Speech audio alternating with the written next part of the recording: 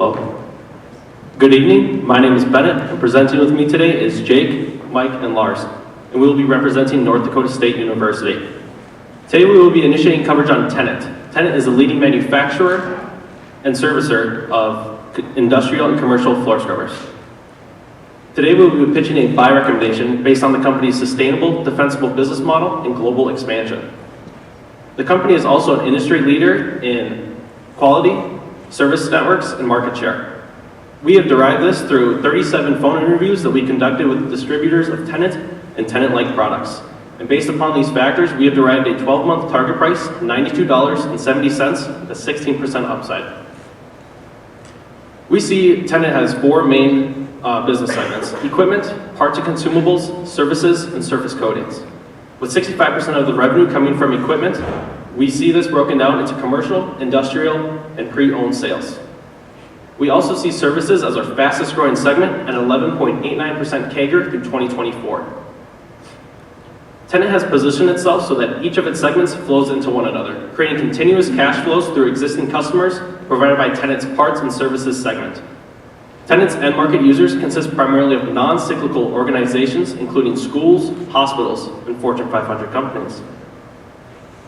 The recent acquisitions of IPC Group and Hefe Gaume have allowed Tenant to geographically diversify its revenue streams, increase their products into the mid-tier market, and acquire management within international markets. We see Tenant driving growth by maintaining their competitive advantage within the Americas, reducing complexity within product lines, and maintaining their industry-leading innovation. Tenant is also an industry leader in research and development. This is through creating new products and revising existing ones. In Q1 of 2018, Tenant rolled out their T7 AMR product, or autonomous mobile robot. The CDP report from 2019 listed Tenant as an A- rating compared to the national average of C-. And through value engineering, Tenant's T300's gross margin increased by 500 basis points.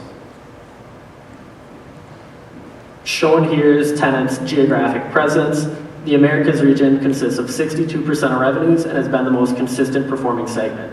The EMEA and APAC regions consist of 30% and 8% respectively. The mechanized cleaning industry is highly fragmented, with only 4 companies controlling more than 3% of the revenue. Tenant, being the largest with 20%, is the market leader. We expect this market to grow at a 1.29% CAGR, and we expect China will be a major catalyst for this growth. The Chinese market is currently only valued at $350 million, and we expect them to have a large growth with workplaces within the industry modernizing. In Europe, we expect Tenant to be able to capture market share because its main competitor, Nilfisk, is struggling.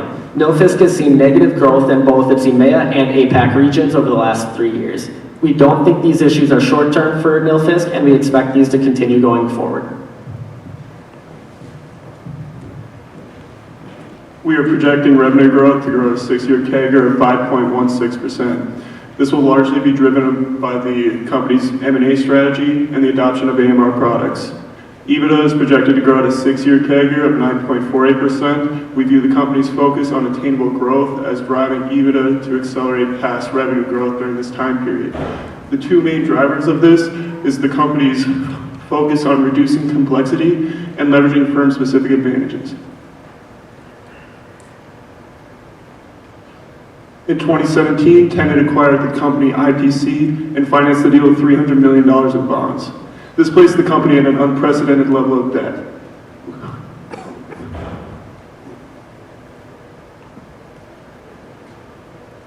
The debt-to-equity ratio reached a level of 1.26 in 2017. On the right here, you can see leverage ratios for Tenant and its peers in 2016 and 2018. In 2016, Tenant had the second lowest leverage ratio, and in 2018, they had the highest. We feel that the company was under-levered in 2016, and that although they're the current peer leader, management has taken appropriate capital allocation strategies to reduce debt. This can be seen through their elimination of share repurchases. In 2005, Chris Killingstead was hired as CEO. Since that point in time, stock price has risen by 267%.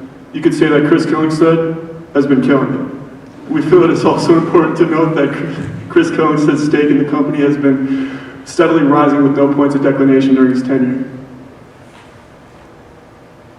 Here you can see total CEO compensation for Tenant and his peers. Chris Killingstead is paid slightly above average when compared to his peers, but we feel this is appropriate due to his performance and tenure with the company. Next, Mike will talk to you about valuation. The team conducted numerous valuation methods, but eventually decided to use a discounted cash flow to derive a 12-month target price of $92.70. Our DCF was structured around these three key pillars: management's ability to expand margins, reduction of the firm's long-term debt, and continued international organic revenue growth. The team broke out revenue assumptions into three key regions in which Tenant operates in: the Americas, the APAC, and the EMEA region. The team is expecting revenue to grow at a 5-year CAGR in the Americas and EMEA region by 5% and 2.5% respectively. We see the highest catalyst for growth in this company coming from the APAC region with the recent acquisition of CFA Galme in Q1 2019. Currently, Tenant is the only company with over 3% market share that currently has an APAC headquarters. We believe Tenant has strategically positioned themselves to capture revenue through these market trends. With a total compounded annual growth rate of 6.07%, we're expecting revenue to reach $1.5 billion by 2024. Management has stated that their goal to get SG&A expenses as a percent of revenue below 28%. Although we believe this is at least 5 to 7 years away from coming to fruition, we are firm believers in management's ability to cut expenses, run a very efficient operation, and expand margins. As you can see, we're expecting EBITDA margin to reach 13.70% by 2024. In 2019, gross margin increased by 70 basis points. We expect this trend to not only continue, but accelerate into the future, reaching a gross margin of 42% by 2024. As you can see on the graph to the right, free cash flow margin from 2017 to 2018 increased 300 basis points.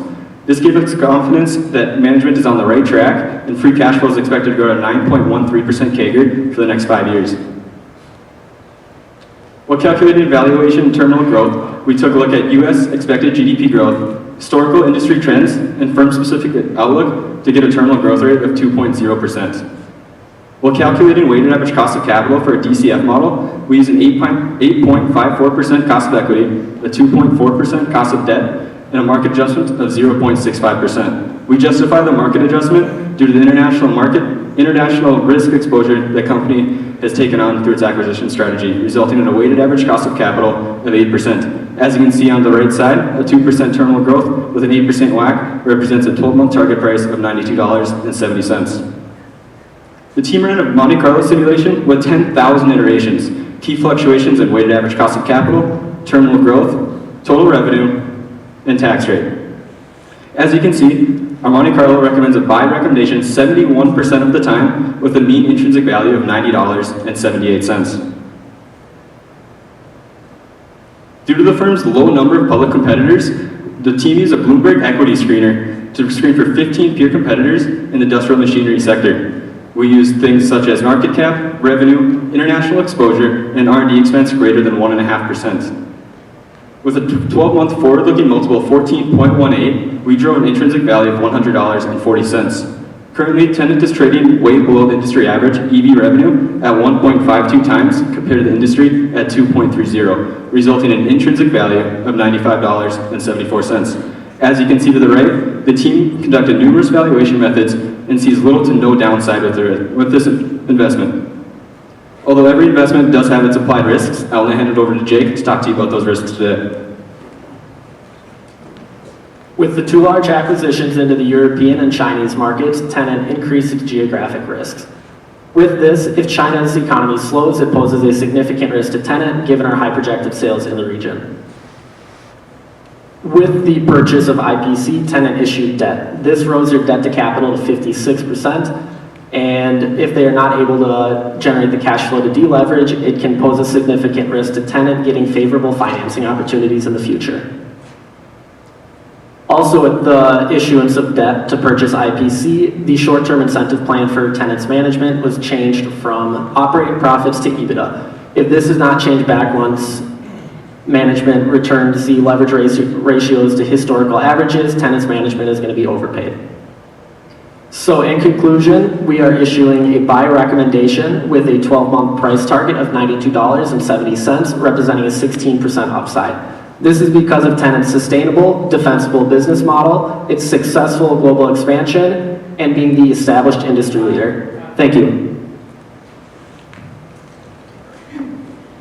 So you mentioned that Tenant is an industry leader in R&D. Can you talk about their R&D investment relative to competitors, and if you're seeing any changes in competitor strategies towards R&D investment?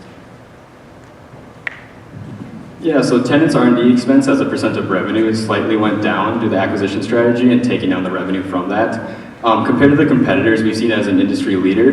One example I can give you is the T7 AMR that Tenant rolled out. Walmart bought 1,500 of them in their first order, so that was just one purchase. Nilfisk, their top competitor out of Europe, Denmark specifically, was expected to sell 50 of their autonomous machines in all of 2019. So I definitely see them as an industry leader in that aspect. Okay, so my question is about the competitors. So I think you have one slide compare and contrast their closest competitor, Nilfisk. So can you talk a little bit more about why fundamentally Nilfisk is doing worse than what Tenant is doing there, and what's the competitive advantage in the different market, Tenant over Nilfisk?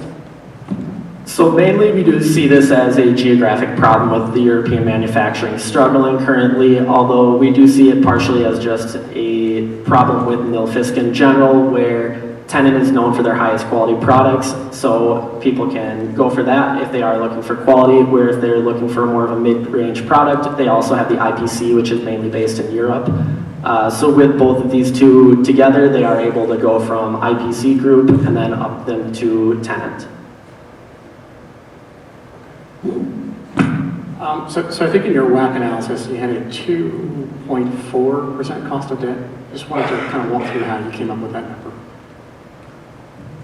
Yeah, so we use the academia formula for the calculating the weighted average cost of capital. So such as like tax rate, debt structure of 18%. We got the 2.4%, and then we added a 0.65 to get a total weighted average cost of capital of 8.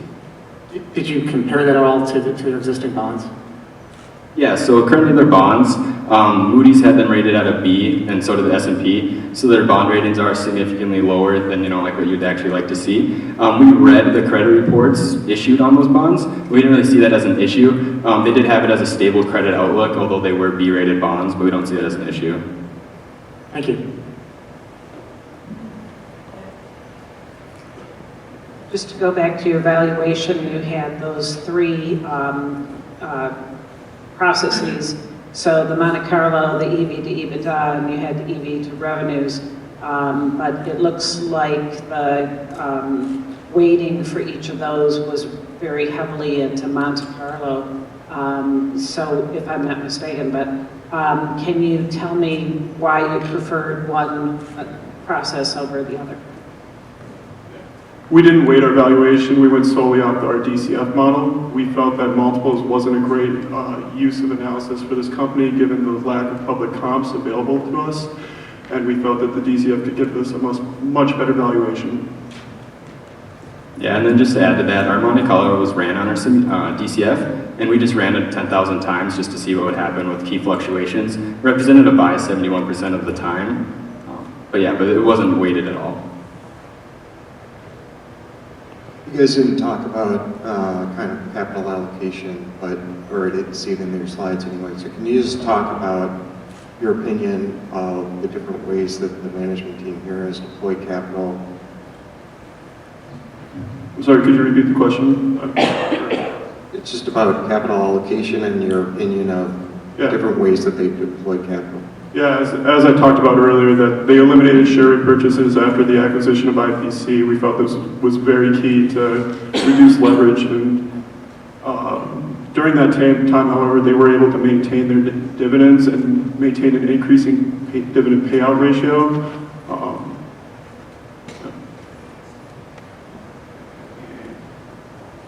What if you can sort of walk through your estimate of the financial impacts of the coronavirus for the company?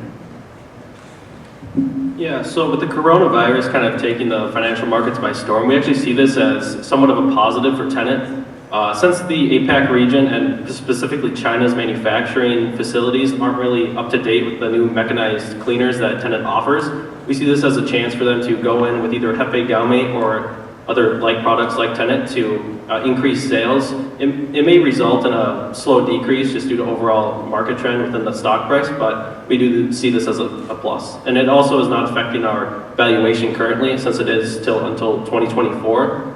So it has been factored in. Thank you. One question on the valuation part. So maybe I missed that one, but did you guys look into the historical multiple? I mean, rather than do the peers, did you look into the historical multiple and see, what's the current one, what's the one expected based on your assumption for the future growth and the margin expansion opportunities there? So you're talking about the peer group for multiple evaluation? Are you talking about a historical multiple of Tenant itself? I'm sorry, what was that? Oh, historical? Oh, Did you guys look into back to 5 years, what the multiple EV over EBITDA look like, EV over sales look like, and if you expect the multiple expansion, what are the drivers? oh, okay, yeah. So historically, ended like with our 15 peer competitors that we got off our Bloomberg equity screener in the machine industrial sector, we see Tenants usually traded at below EV to sales, but usually higher than in EV to EBITDA. They are currently trading at about 32 times PE, which is significantly higher than like I think it's 18 times average for the industrial sector. We don't see that as an issue, specifically on the EV to EBITDA and EV to revenue. Currently it's trading at below on EV to revenue and just right at average on EV to EBITDA. So if you use the $92 price target, 93 maybe, so what's the EV over EBITDA next 12 months you guys have actually used? Yeah, so our 12-month forward-looking EV to EBITDA multiple is going to be around between 14 and 15. That's what we're projecting it to be. Okay, thank you.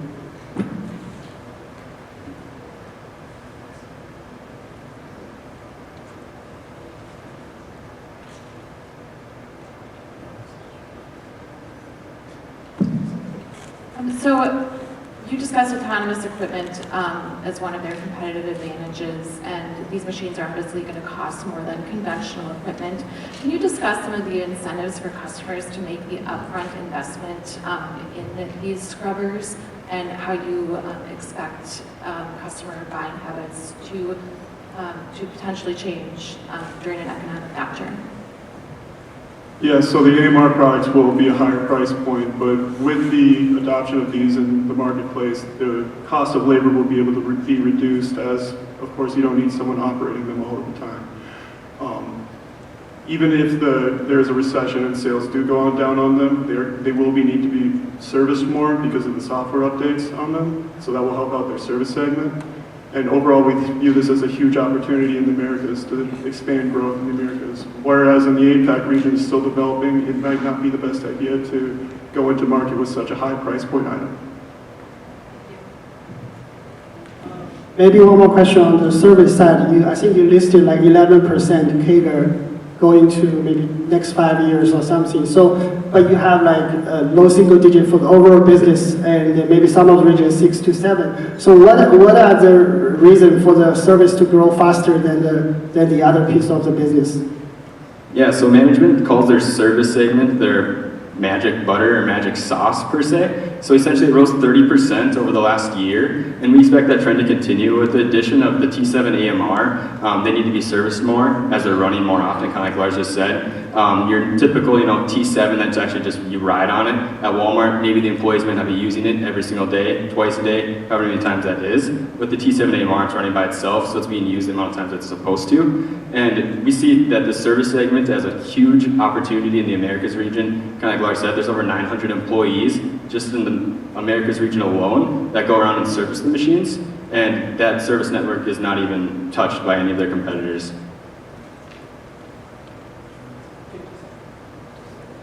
Do you know the margins on the service side of the business? Management doesn't report margins, but a big plus that the service segment does offer is that they have the customer-facing ability to cross-sell into different segments of the business that do have higher margins, like parts and consumables. So this will be a huge driver for margin growth in the future.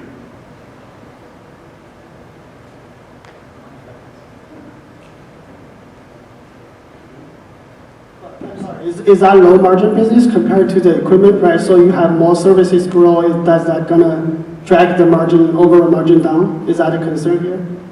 Yeah, we don't see it as a concern. Obviously, the equipment gross margin is going to be a little less than the parts and consumables that follows it. They have tenant true products. Thank you.